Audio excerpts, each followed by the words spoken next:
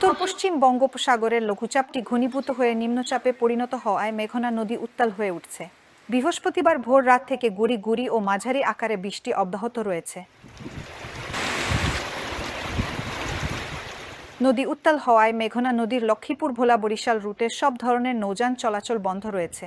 এদিকে নদী উত্তালের কারণে ভোররাতে ভোলার উদ্দেশ্যে লক্ষ্মীপুরের মজুচুংধুরীর হাট থেকে ছেড়ে যাওয়া ফেরি বেগম সুফিয়া কামাল ও বেগম রোকেয়া ফেরত আসার চেষ্টা করে।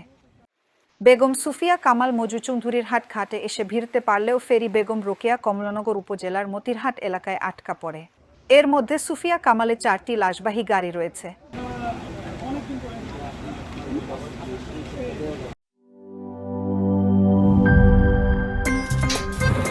আমার একটা স্মার্ট সিদ্ধান্তে 25% গ্যাসের খরচ কমেছে। ভাবছেন কিভাবে?